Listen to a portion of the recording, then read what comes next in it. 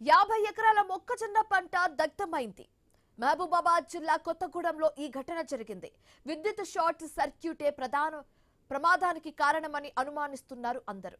2 కిలోమీటర్ల వరకు మంటలు విస్తరించాయి. గ్రామస్తులు తీవ్ర భయాందోళనకు చెందుతున్నారు.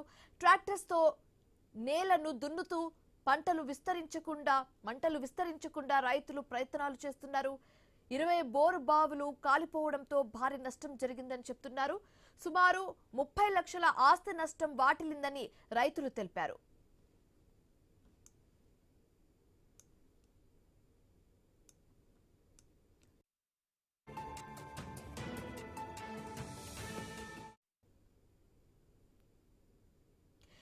పంట కాలిపోవడంతో తీవ్ర ఆవేదన వ్యక్తం చేస్తున్నారు. ప్రభుత్వమే ఆదుకోవాలని కోరుతున్నారు. సో దానికి సంబంధించిన విజువల్స్ మనం చూస్తున్నాము. ఎంత 2 కిలోమీటర్ల మేర వరకు ఆ మంట అనేది విస్తరించడం మనం చూస్తున్నాము. ఇదే అంశానికి సంబంధించి మరింత తాజా సమాచారం మా కరెస్పాండెంట్ ప్రశాంత్ అందిస్తారు ఫోన్ ద్వారా. ప్రశాంత్, అసలు ఈ ఇన్సిడెంట్ ఎలా జరిగింది? షార్ట్ సర్క్యూటే మెయిన్ రీజన్ అని చెబుతున్నారు, నిజమేనా? పూర్తి డీటెయిల్స్ ఏంటి?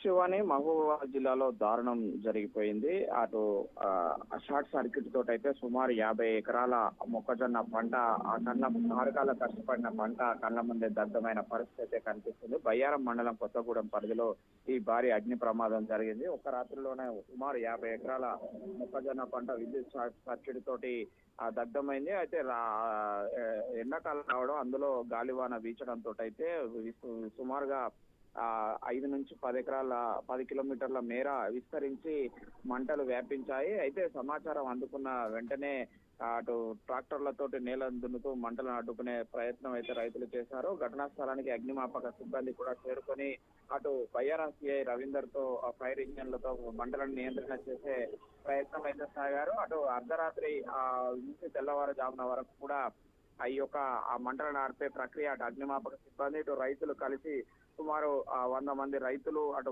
30 మంది సాగు చేసేటువంటి రైతులు కూడా కష్టపడ్డారు. సుమారు 30 నుంచి 40 లక్షల పంట నష్టమైనట్లయితే అటు అధికారులు అంచనా వేస్తున్నారు. సుమారు 30 మంది రైతులకు సంబంధించి 20 బోర్లలో ఉన్నటువంటి మోటార్లు, పైపులు కూడా అందులోనే కాలి బూడిదయ్యాయి.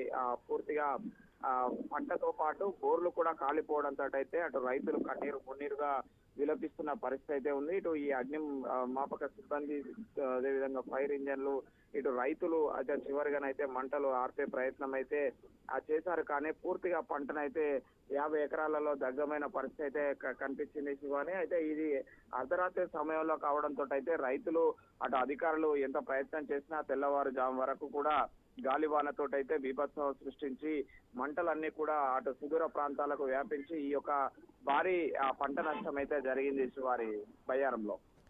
Thank you Prashanth.